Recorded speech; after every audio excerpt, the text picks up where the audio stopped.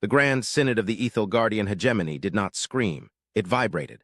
The silence within the obsidian chamber was absolute, yet the air hummed with the psychic resonance of 300 minds paralyzed by a singular, overwhelming, impossible truth. High Counselor Vrox, his carapace shimmering with the iridescent sheen of 1,000 cycles of rule, stared at the holographic projection dominating the center of the room. It was not a glitch. It was not a sensor ghost. It was a solid, undeniable matte black tear in the fabric of the void, hanging motionless above the sacred homeworld of Ethelgard Prime. The projection displayed the object in terrifying detail, though detail was a misnomer for something that seemed to absorb light rather than reflect it. It was a ship, but to call it a ship was to call a supernova a candle. It was a monolith of engineering so vast that its gravitational displacement was causing tidal anomalies on the planet below. The sheer scale of it mocked the hegemony's largest dreadnoughts, rendering the pride of their armada into nothing more than dust motes floating in the shadow of a mountain. "Report," Vrox whispered, his voice projected through the neural link to every delegate in the tiered amphitheater. The word felt heavy, like a stone dropped into a deep well.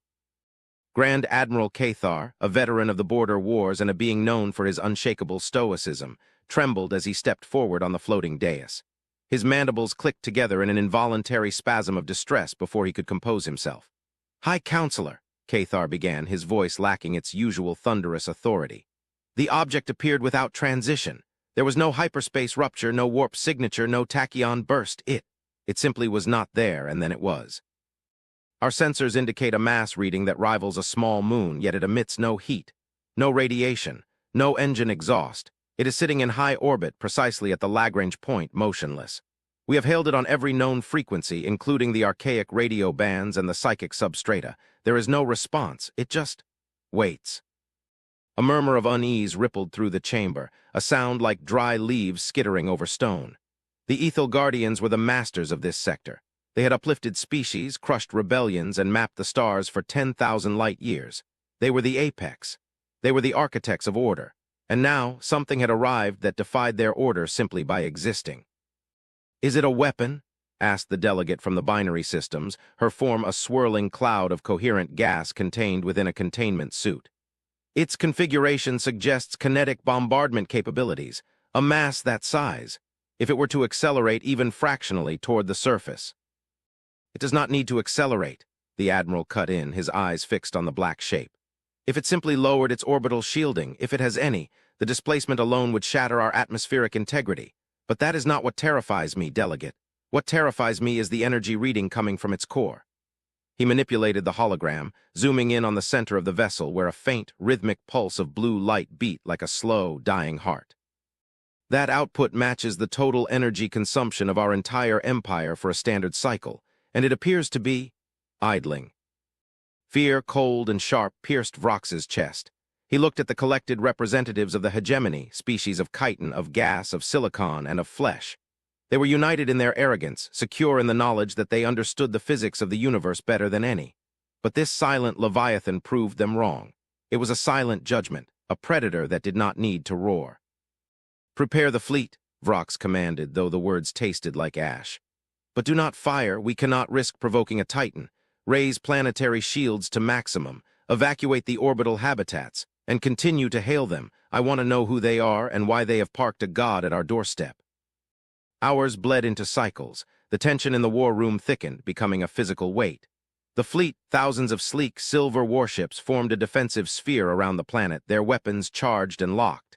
Against the backdrop of the stars, they looked like a swarm of insects buzzing angrily around a sleeping dragon. The alien ship remained impassive. It did not scan them. It did not maneuver. It merely existed, a void in the starfield, absorbing the light of the local sun and giving nothing back. Then the signal came. It did not come through the communication arrays. It did not come through the psychic lattice. It hijacked the visual cortex of every sentient being in the system. For a moment, 3 billion souls saw the same image, a bipedal creature, soft-skinned, lacking natural armor or claws, sitting behind a simple desk of polished wood. The creature looked tired, its eyes beano. Cular and forward-facing, held a depth of sorrow and exhaustion that transcended species barriers. It wore a uniform of dark gray, unadorned save for a small, golden pin on the collar, a representation of a spiral galaxy. "This is High Admiral Vance of the Terran Republic ship The Weight of Atlas," the human said. The voice was calm, almost quiet, yet it resonated with absolute clarity in every mind. It was not a telepathic intrusion. It was a technological broadcast so advanced it interfaced directly with the neural biology of the listener. "We apologize for the intrusion. We do not seek conflict. We do not seek territory. We are resting. Our drives require a recharge period after the transit. We will depart in 3 of your rotational cycles. Do not engage us. We have no desire to hurt you." The transmission cut as abruptly as it had begun. The Grand Synod erupted into chaos. "Terran," spat the representative of the warrior caste, slamming a fist onto his console. "A primitive designation, we have records of a Terra, a death world in the outer rim, a species of chaotic, short-lived mammals who spent millennia warring over dirt and ideology. They were barely capable of fission when our probes last passed their sector. That was only 2,000 cycles ago. How could they build this?" "Perhaps they stole it," suggested another. "Scavengers finding the relic of a precursor race." Vrox silenced them with a gesture. "Scavengers do not project their voices into the minds of an entire solar system. Scavengers do not pilot a vessel that distorts gravity by its mere presence. If these are the Terrans, they have evolved, or perhaps we stopped watching too soon." He turned to Admiral Cathar. "They say they are resting. They claim peaceful intent, but a weapon of that magnitude is never peaceful. It is a statement. Prepare a shuttle, I will go." "High Counselor," Cathar protested. "That is suicide. We know nothing of their biology, their atmosphere, their pathogens. Let me send a drone. Let me send a tactical team." "No," Vrox said, his voice firm with the fatalism of a leader who realizes his empire is no longer the biggest fish in the pond. "They bypassed our defenses effortlessly to speak to us. If they wanted us dead, we would be dead. This requires diplomacy. This requires face-to-face contact. If they are indeed the humans of old, they value courage. Prepare the shuttle." The journey to the Weight of Atlas was a journey into the abyss. As Vrox's shuttle approached the colossal vessel, the scale of it defied comprehension. The hull was not smooth. It was tessellated with geometric patterns that seemed to shift when looked at directly, running with currents of dark energy. There were no visible weapon ports, no thruster arrays, just an endless expanse of matte black material that swallowed the sensor beams of the shuttle. The docking bay that opened to receive them was large enough to house a city. Vrox stepped onto the deck of the human ship, flanked by 2 honor guards who looked small and fragile in the cavernous space. The air inside was breathable, slightly cooler than the tropical humidity of Ethelgard, and smelled faintly of ozone and something organic, something like old paper and soil. A delegation waited for them. There were 6 humans. They were physically unimpressive. They had no natural weapons. Their skin was soft, their movements fluid but lacking the rigid precision of the Ethelgardian military. Yet they stood with an easy confidence that was more unnerving than any display of aggression. The leader, the one who had spoken in the vision, stepped forward. High Admiral Vance. Up close, he looked older, his face lined with the stress of command, his hair gray and thinning. "High Counselor Vrox," Vance said, bowing his head slightly, a gesture of respect, not submission. "Welcome aboard. I regret that our arrival caused panic. Navigational drift is difficult to correct when moving this much mass." Vrox straightened his spine, towering over the human. "You park a moon-sized warship above our capital, bypass our security, and call it drift. You speak of peace, yet you bring a weapon that could crack our planet like an egg. Explain yourself, human. How did your species leap from primitive squabbling to this, in mere millennia?" Vance smiled, a sad, weary expression. "We didn't leap, Counselor, we ran. We ran because we had to, and this," he gestured around the vast, echoing hangar. "This is not a warship." Vrox blinked, his nictitating membranes flashing across his eyes. "Not a warship. It dwarfs our dreadnoughts. Its energy output is stellar. If this is not for war, what is its purpose?" "Come," Vance said, turning to walk down the long corridor. "It is better if I show you." The walk was long. The interior of the ship was utilitarian, Spartan even. There were no trophies, no grand tapestries of conquest. The walls were lined with conduits and panels, pulsing with that same rhythm. Like blue light. They passed viewports that showed the internal structure of the ship. Massive, rotating rings, containment fields holding swirling vortices of exotic matter, and vast hydroponic gardens that stretched for kilometers. "We learned early on," Vance said as they walked, his voice echoing in the corridor, "that the universe is not a friendly place. Not because of aliens like you, no offense intended, but because of the universe itself. Entropy, cosmic radiation, rogue singularities. The great filters that wipe out civilizations before they can even leave their cradle. We realized that survival wasn't about conquering others, it was about conquering the environment. We stopped fighting each other when we saw what was coming for us all. They reached a massive elevator platform that descended rapidly into the bowels of the ship. Vrox watched the depth gauge on his wrist suit climb. They were kilometers deep into the vessel now. When we left Terra, Vance continued, we didn't leave as conquerors, we left as refugees. Our sun began to destabilize, prematurely. We had to move, not just a few ships, but everyone, everything. This ship isn't a weapon, Counselor, it's an ark. It holds the genetic databanks of Earth's entire biosphere. It holds the cultural history of 5,000 years of humanity, and it holds the anchor. The anchor? Vrox asked, the arrogance slowly draining from him, replaced by a curiosity he hadn't felt in cycles. The elevator stopped. The doors slid open, revealing a chamber that made the hangar deck look like a closet. It was a sphere, kilometers across, suspending a singularity. Not a simulation, but a trapped, stabilized micro-black hole. Around it spun rings of impossible metal, drawing energy, refining it, calming the chaotic rage of the event horizon into a steady stream of power. We manipulate gravity, Vance said softly, looking at the swirling vortex. Not just to move the ship, but to hold things together. We realize that FTL travel damages the fabric of spacetime. The more civilizations rise, the more they tear the universe apart with their warp drives and their hyperspace lanes. We saw the fractures appearing in the void. We built the weight of Atlas not to fight wars, but to stitch the wounds. Vrox stared at the singularity. The humans had tamed a black hole. They were using it as a battery and a localized gravity stabilizer. The sheer audacity of it was staggering. You are mechanics, Vrox whispered. Cosmic mechanics. Custodians, Vance corrected. We travel the fault lines of the galaxy. We park in systems where the fabric of reality is thinning, and we use the anchor to reinforce local spacetime. That's why we're here, Counselor, your sector. The Ethel Guardian hegemony. You use a specific type of warp drive, crude, dirty. It leaves microfissures in the subspace layer. You've been doing it for 3,000 years. The infrastructure of your reality is crumbling. If we hadn't arrived, your sun would have gone supernova within the month. The gravitational constants were beginning to drift. Vrox felt his knees weaken. He collapsed onto a nearby railing. The panic in the war room, the mobilization of the fleet, the arrogant assumptions that this was an invasion, it all seemed so petty now. They were ants biting at the boots of a giant who had come to stomp out a fire threatening the anthill. You are saving us? Vrox asked, his voice trembling. We threatened you, we targeted you. We are used to it, Vance shrugged. Fear is the natural reaction to the unknown. We don't blame you, we just do the work. The Atlas stabilizes the fault, we patch the subspace tiers, and then we move on. There are other fires to put out. The revelation struck Vrox with the force of a physical blow. The humans were not the weak, chaotic primitives the records showed. They were the adults in a room full of children playing with matches. They had transcended the need for conquest because they had taken responsibility for the house itself. However, Vance said, his tone shifting, becoming darker, more serious. He turned away from the singularity to face Vrox. There is something else, the fractures in this sector. They aren't just from your warp drives, they are being exacerbated. Something is pushing from the other side, from the void between galaxies. Vrox looked up. What do you mean? The silence, Vance said. We track the silence. Systems that go dark not because of war, but because they cease to exist. There is a predator out there, Counselor, not a ship, not an empire, a phenomenon, an entropy storm. It feeds on unstable spacetime. Your excessive use of dirty warp drives rang the dinner bell.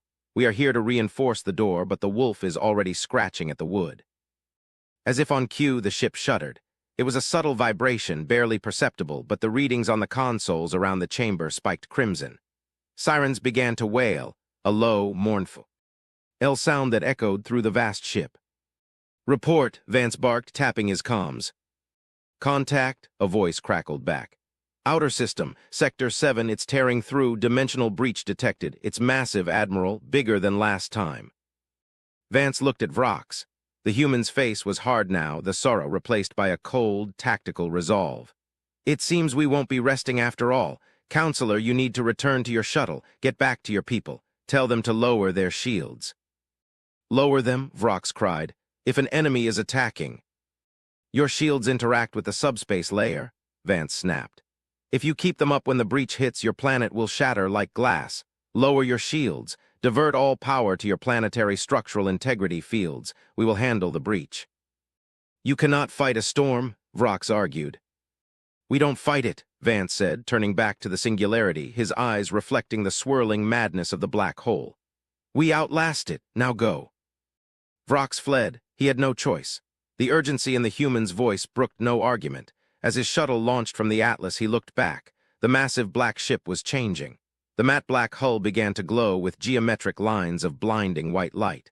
The idling pulse at its core erupted into a roaring beacon of energy. Back in the High Synod, the war room was in panic. High Counselor, Cathar shouted as Vrox stormed in. Sensors are detecting a massive spatial rupture at the edge of the system. It's eating the stars. The background radiation is vanishing. Lower the shields, Vrox commanded, his voice booming with a newfound authority born of terror and understanding. Drop them now. Divert everything to gravity stabilizers. But, sir... Do it, Vrox roared. The humans are not the enemy, they are the shield. The order was given. The shimmering energy barrier around Ethelgard Prime fell. Exposed, the planet seemed naked against the dark. And from the darkness came the horror. It was not a fleet. It was a tear in reality, a jagged wound of purple and black lightning that clawed its way into the system, dissolving asteroids and gas giants in its path. It defied physics, a chaotic wave of anti-creation. And standing in its path was the weight of Atlas. The human ship moved. It did not use thrusters. It manipulated the space around it, falling forward into the gravity well it created. It positioned itself directly between the planet and the oncoming storm. They are going to be destroyed, the gas delegate whispered. Nothing can withstand that entropy wave. On the main screen, the Atlas did the impossible. It opened. The massive hull split along the geometric seams, the sections floating apart but held together by arcs of lightning. The singularity at the ship's core was exposed to the void. The humans were not firing a weapon. They were creating a gravity well so dense, so absolute, that it acted as a lightning rod for the entropy storm. The purple wave of destruction slammed into the Atlas. The universe seemed to scream. Visual sensors overloaded. The psychic members of the council collapsed, clutching their heads as the clash of fundamental forces sent shockwaves through the astral plane. For 10 minutes, the light was blinding. The human ship was a silhouette within a star, taking the full force of a cosmic hurricane.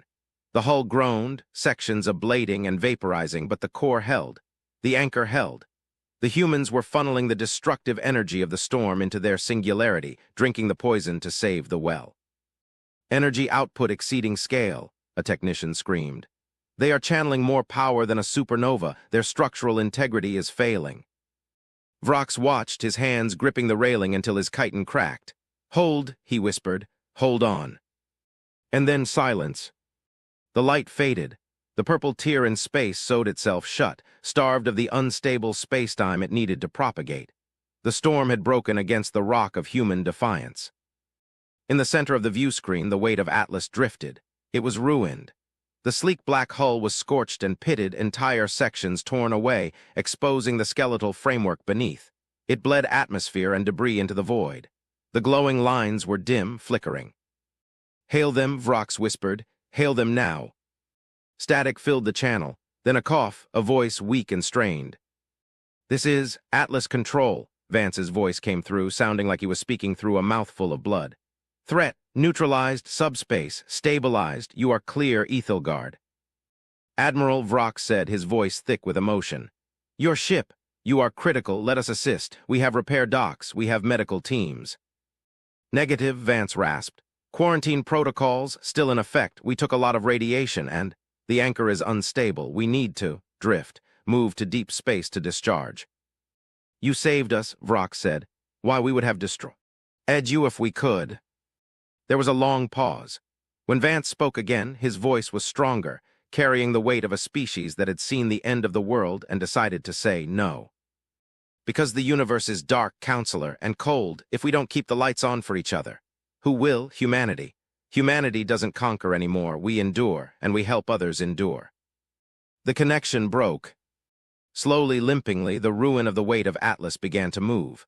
It turned away from the planet it had saved, dragging its broken body toward the outer dark. It did not ask for a reward. It did not ask for a treaty. It simply resumed its watch. Vrox looked at the council. The arrogance was gone. The fear was gone, replaced by a profound, humbling awe. "Strike the records," Vrox ordered quietly. "Remove the designation Terran Primitive. From this day forth in the archives of the hegemony they shall be known as the Architects, and let it be law. No Ethel Guardian ship shall ever again use a dirty drive. We will rebuild our engines, we will learn from them, and if they ever return." Vrox looked at the fading glimmer of the human ship against the stars. "We will be ready to stand beside them." The chamber remained silent, but it was no longer the silence of fear. It was the silence of a universe that had suddenly become a little less lonely, and a little more hopeful, thanks to the warship that refused to fight, and instead chose to carry the weight of the world.